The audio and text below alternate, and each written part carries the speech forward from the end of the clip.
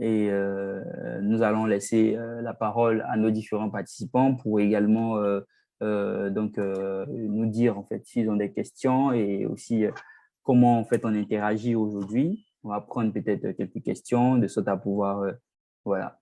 Donc je pense qu'il y a M. Traoré qui a levé la main. On va lui donner la parole et prendre sa question. Merci à Marcel, merci à Aristide. Ma question s'adresse à Marcel. À un niveau, elle a parlé des SLA. Je crois qu'elle a dit c'est taux de service ou quoi. J'ai pas bien compris. Je voulais voir avec elle, même si c'est après, si elle peut m'envoyer des éléments dessus. SLA. On est passé assez vite Ça, c'est là. là-dessus. J'ai pas. Oui. Et puis sur la loi Pacte.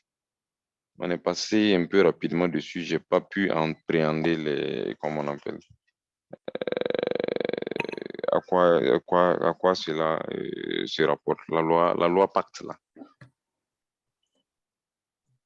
D'accord. Ok, merci Traoré pour votre question. Vous êtes basé dans quel pays? Je suis au Burkina Faso. D'accord. Donc, bonsoir au Burkina Faso. Alors,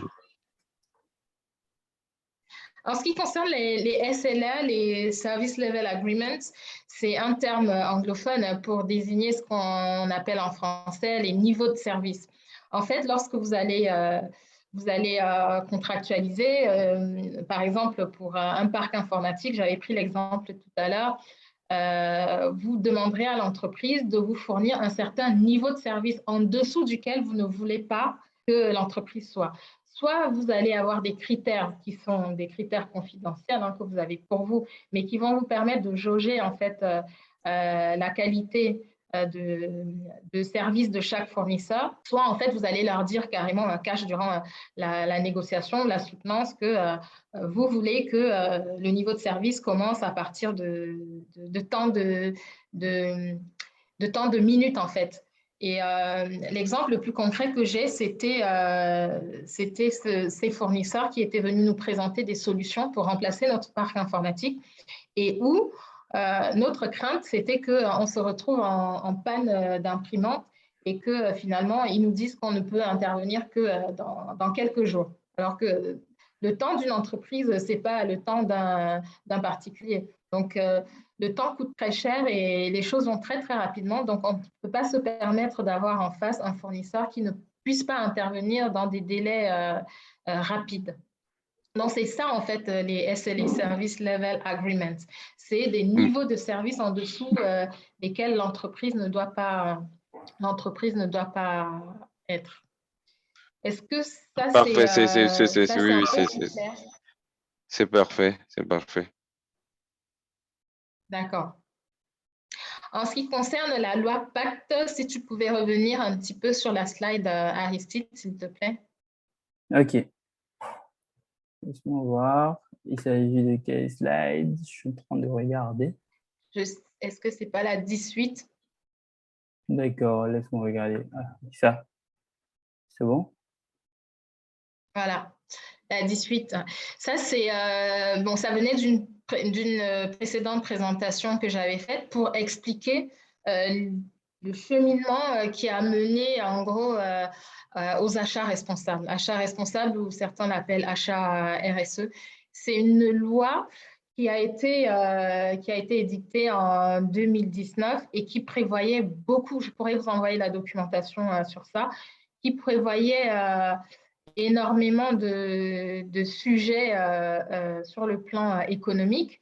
Et moi, ce que j'en ai retiré spécifiquement, c'était ce qui concernait le sujet des achats responsables et le fait finalement de mieux partager la valeur créée par les entreprises avec les salariés et mieux prendre en compte les enjeux sociaux et environnementaux dans la stratégie et redéfinir la notion de raison d'être.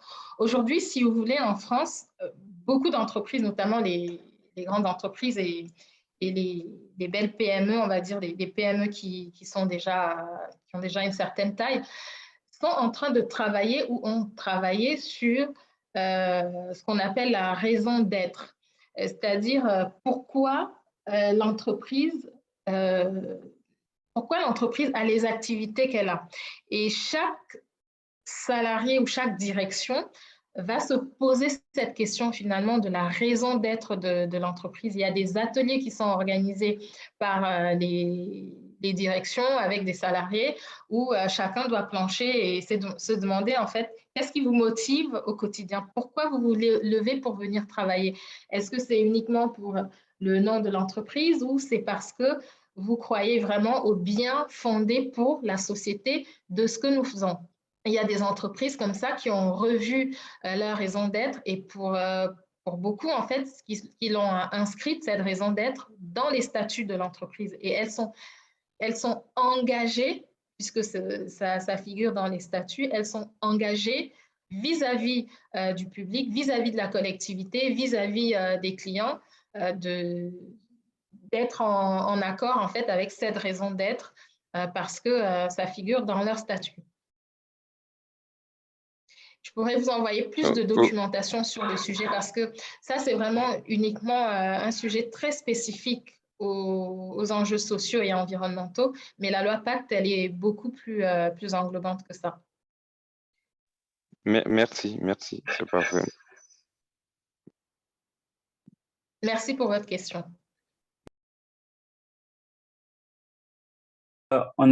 Alors, merci beaucoup, M. Traoré. Si on a d'autres questions donc, par rapport aux différentes présentations, je pense qu'on va également vous permettre de les poser. Donc, moi, je pense que là, c'est un échange. Hein, voilà. Peut-être que vous avez également des apports. Oui, il ne faut pas hésiter. Voilà, il ne faut pas hésiter. Peut-être que vous avez des apports ou des compréhensions sur certains termes, comme M. Traoré a pu déjà intervenir. Et je pense que ça pourrait également nous aider à donner plus de détails, plus d'explications, de sorte à pouvoir éclaircir en fait ces différents points-là.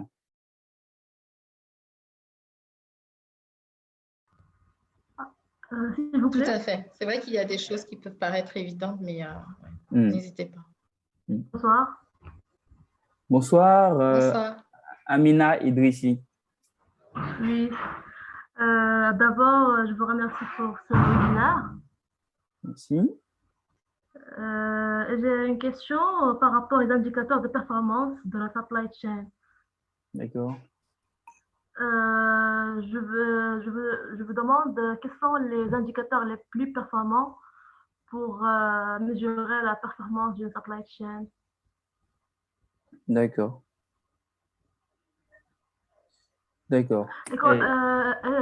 Je veux poser une question sur le budget d'achat. Comment définir, même si vous n'avez pas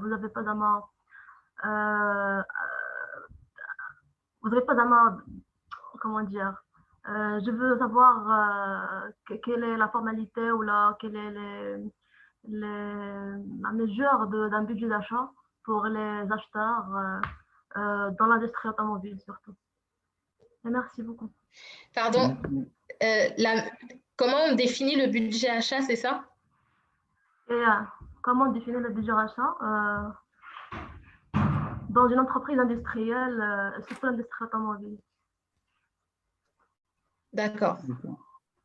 Merci. De rien. D'accord. Donc, Marcel, je te laisse d'abord au niveau du budget achat et je vais prendre les indicateurs.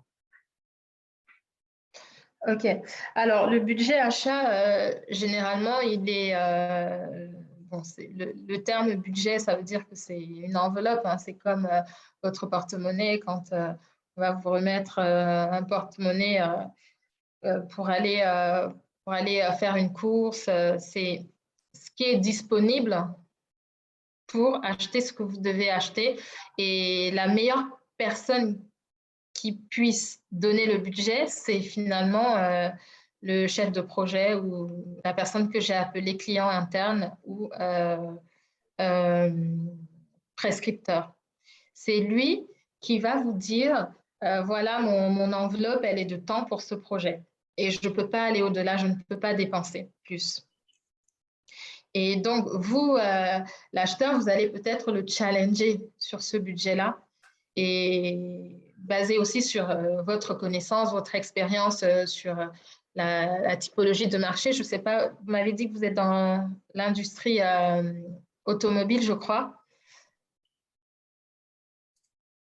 Et du coup, c'est vous, par l'expérience que vous avez des autres projets que vous avez menés, qui allez pouvoir peut-être challenger ce budget et dire que c'est trop bas. Il en faudrait peut-être un peu plus. Et généralement, ça repart dans un circuit de validation, de signature, parce que du coup, le budget n'est pas défini par l'acheteur. Il n'est pas imposé non plus par l'acheteur. C'est vraiment au prescripteur de donner son budget et à vous après de challenger ce budget-là ou de challenger le fournisseur. Par contre, ce sur quoi l'acheteur va accompagner son client interne, c'est la définition du prix objectif. Le prix objectif, ça va être le budget rehaussé de tout ce qui est risque et rabaissé de tout ce qui est opportunité. Les risques, c'est clairement ce qu'on traverse en ce moment. Hein. Ça va être la crise sanitaire. Dans l'industrie du BTP, par exemple, puisque c'est ce dans quoi j'ai travaillé récemment, ce budget-là, le pourcentage était rehaussé de 8% parce que on estimait que tout ce qui était travaux de BTP, en fait, tous les prix avaient augmenté de 8%. Et ça, c'est un prix qui vient des syndicats de BTP, de la presse. Voilà, ça, c'est des choses que vous allez aller regarder un peu à gauche, à droite. Et ça fait écho à la terminologie d'études de marché tout à l'heure dont je parlais dans la roue du processus achat. Donc, c'est à vous d'aller regarder un peu sur le marché ce qui va venir rehausser votre prix ou ce qui va venir le rabaisser au contraire. Je ne sais pas si ça répond bien à la question.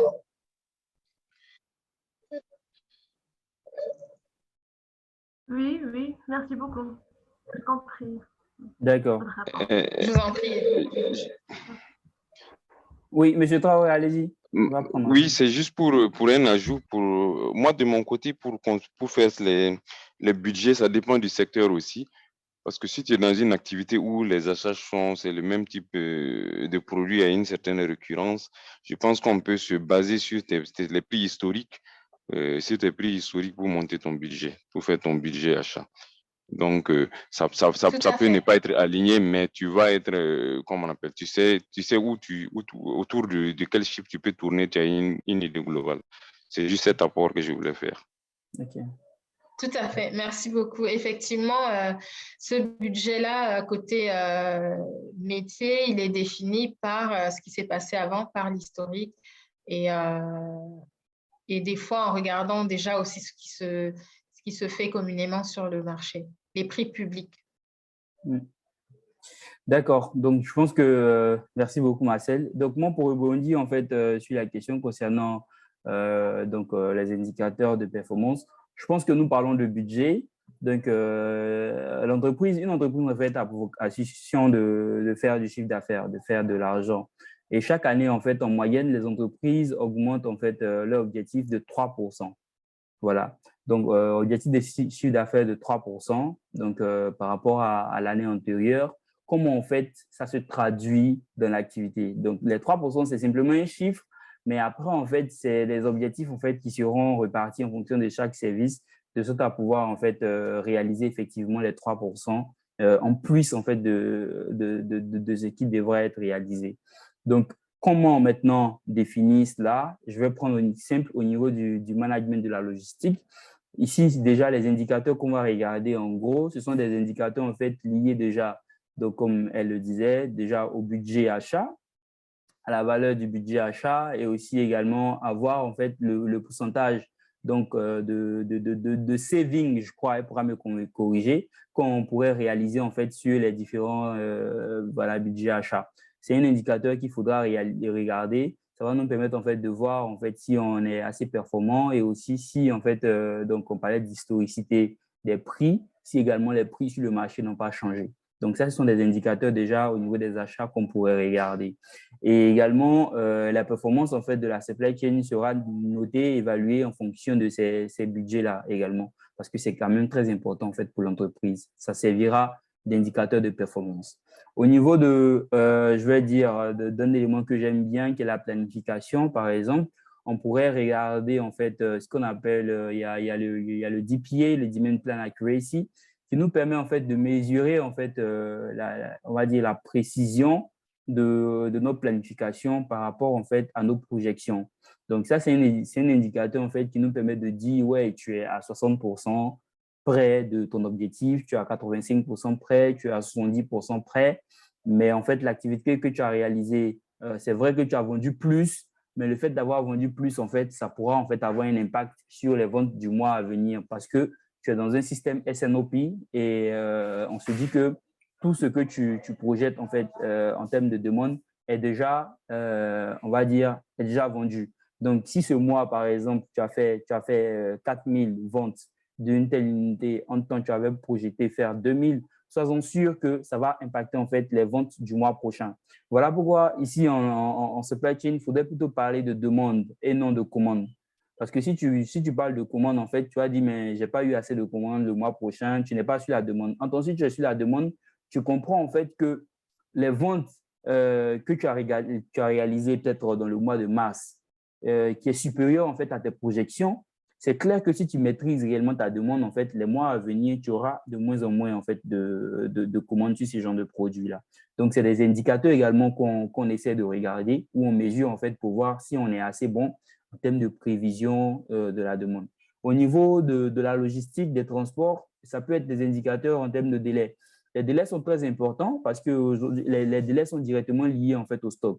Donc, quand on parle de couverture de stock, c'est un indicateur également qu'on pourrait regarder. La couverture de stock, donc en termes de mois, en termes de jours, en termes d'années, en termes de semestre, en fonction en fait de la stratégie de l'entreprise, c'est aussi un indicateur qu'il faut regarder. On parle de délai de réapprovisionnement, il faut pouvoir aussi voir également les délais de sécurité. Donc, est-ce qu'en fait, pour un tel produit, on a un délai de sécurité en fait, qui nous permet de garantir un stock, quelles que soient en fait, les fluctuations du marché. Ça également, ce sont des éléments qu'il faut regarder. Les délais en fait, de livraison, donc direct au client. On sait qu'aujourd'hui, en fait, le système de e-commerce nous a habitués en fait, à recevoir, on va dire, en just in time, donc en moins de 24 heures. Donc, quelles sont en fait les actions que nous, on met en place de sorte à ce qu'un client qui commande un produit voilà, le lundi puisse le recevoir le mardi? C'est un indicateur également qu'il faudrait regarder à la lettre. Et ça, ce n'est pas un indicateur de commerce ni un indicateur financier, c'est un indicateur logistique qu'il faut regarder. En termes d'entreposage également, il faudrait suivre la rotation des stocks, il faudrait maîtriser en fait le système d'inventaire, il faudrait maîtriser la fluctuation du stock, la volatilité du stock et comprendre aussi voilà, le système de rangement qu'il faudrait mettre en place de sorte à pouvoir en fait fluidifier les opérations dans l'entrepôt. Donc également, les outils qu'on met aussi à disposition donc, de la gestion de ces entrepôts-là, à savoir soit des palettes, des caisses métalliques, des transpalettes, comment on va dire, des chariots, tout ça, ce sont des trucs en fait qui ont forcément un impact sur l'activité de l'entreprise. Donc, c'est des trucs qu'il faudrait regarder, qu'il faudrait garantir en fait une certaine sécurité. Donc, la disponibilité également de ces produits-là est à suivre. Également, la disponibilité des produits et des matières premières est aussi un indicateur en fait qu'il faut regarder. Donc, je pense que j'ai un peu parlé de quelques indicateurs déjà qui peuvent te permettre en fait dans ton entreprise de pouvoir suivre en fait voilà ta performance en fait supply chain. Je ne sais pas si j'ai répondu à la question de Amina. Si peut-être elle a des incompréhensions, je pourrais effectivement apporter en fait voilà, plus de détails.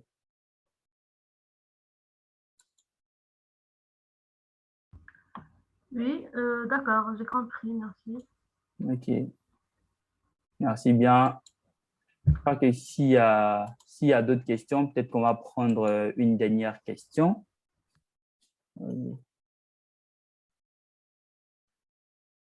S'il y en a, bien sûr.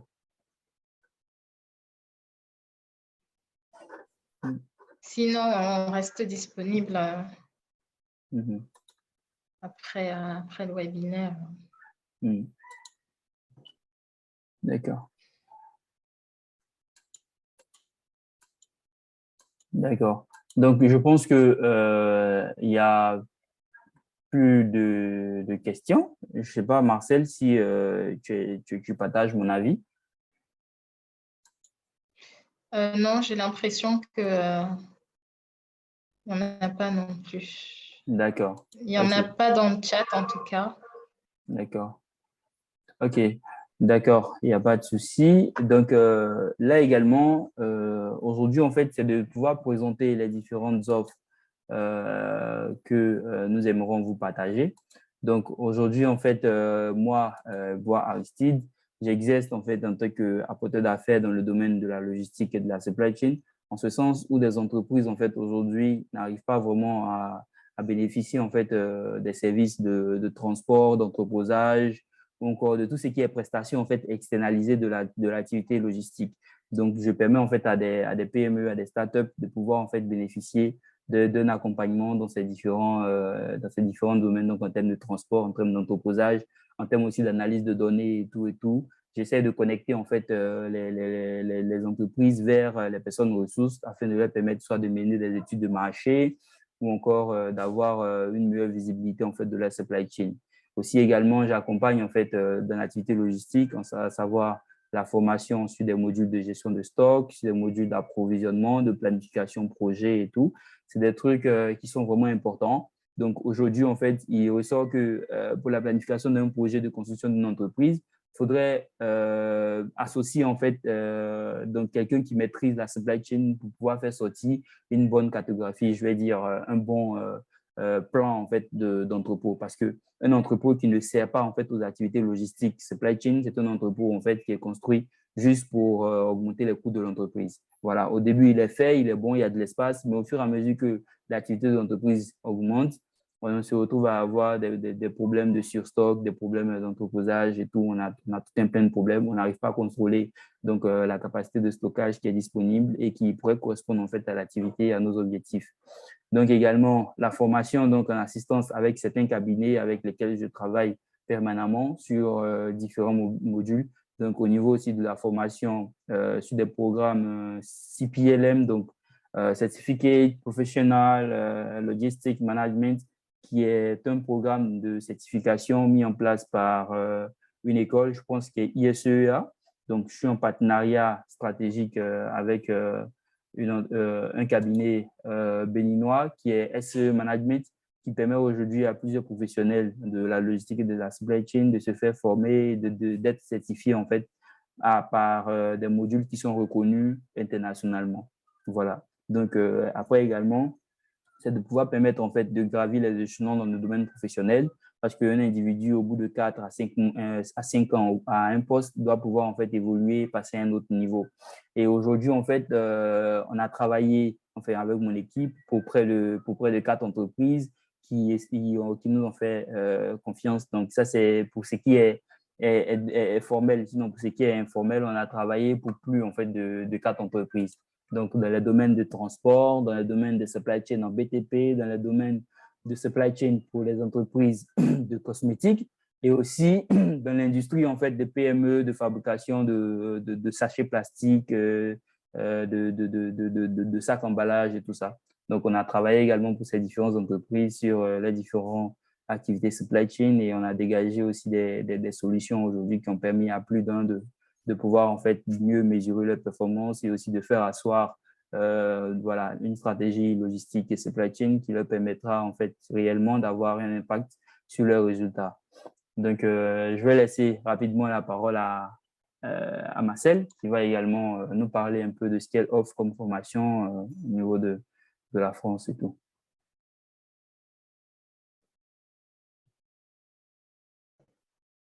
Alors, moi, je propose des prestations d'audit et de conseil en achat, comme je l'ai dit en démarrage du webinaire, et de coaching en achat responsable, de coaching en achat et achat responsable, de formation et accompagnement au déploiement d'une démarche achat responsable.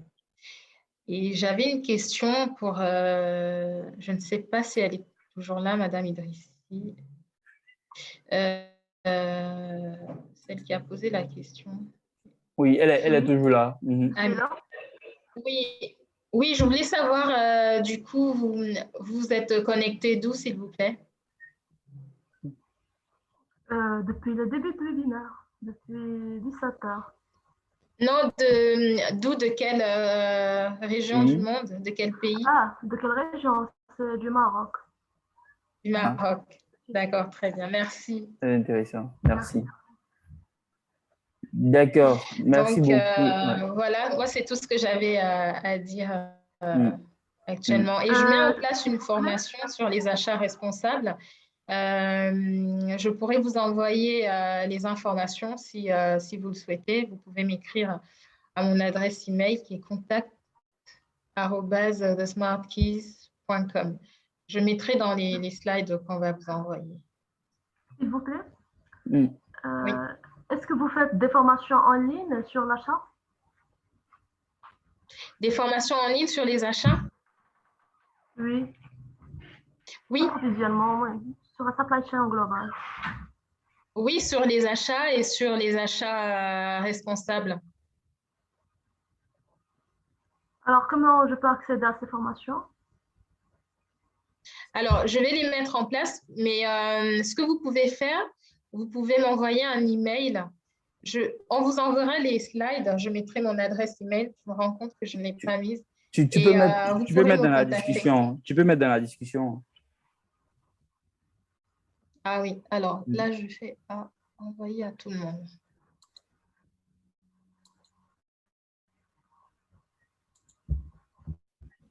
Voilà. OK. C'est bon. OK. Donc, moi également, mon mail, Ok. c'est... Je vais laisser mon mail. aristidevoix95@gmail.com. Voilà. Ouais, je vais mettre la Gmail aussi parce qu'il y a des personnes. Du coup, voilà. OK. Voilà.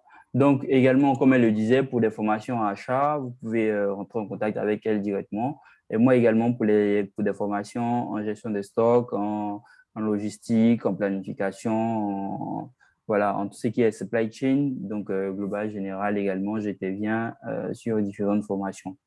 Donc, je pense que avec Marcel, on va peut-être remercier nos différents participants qui sont restés plus de 2 heures de temps à nous Ouais. écouter, à parler de quelque chose qui nous passionne tous deux et également qui leur tient à cœur, en fait.